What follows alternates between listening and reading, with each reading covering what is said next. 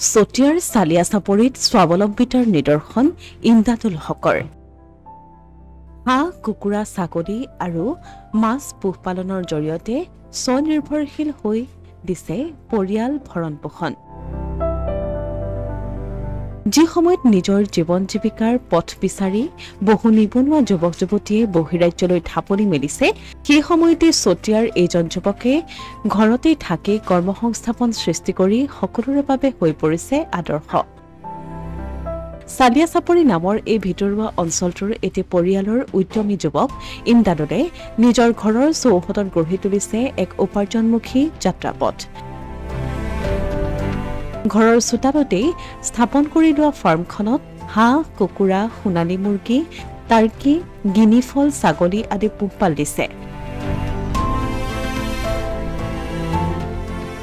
যিখন ফাৰ্মৰ জৰিয়তে বছৰি কেইবা লাখ টকা উপাৰ্জন কৰিবলৈ সক্ষম হৈছে ইমদাদুলে। এনেদৰেই এক সুন্দৰ জীৱন আৰু জীৱিকাৰ নিৰ্বাহৰ পথ বাছি লৈ পৰিয়াল ভৰণ পোষণৰ পথ মুকলি কৰি লৈছে এইজন যুৱকে। ইমদাদুল হকে নিজৰ ফাৰ্মখনত কেইবা প্ৰজাতিৰ হাঁহৰ লগতে বিভিন্ন প্ৰজাতিৰ মুৰ্গী উপলব্ধ কৰি সম্প্ৰসাৰণো ঘটাইছে। সম্প্ৰতি এইগৰাকী যুৱ ব্যৱসায়ী আন বহুতো নিবনুৱা যুৱক যুৱতীৰ বাবে হৈ পৰিছে আদৰ্শস্বৰূপ।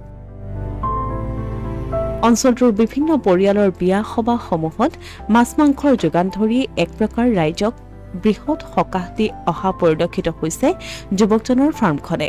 আৰু বিয়া সভা থাকিলে আপুনি অৰ্ডাৰ লয় চাগে? লয় ন? এইখন কি জেগা, ঠাইখনৰ নাম কি? এইটো আমাৰ গাঁওখনৰ নাম হ'ল চালিয়া চাপৰি।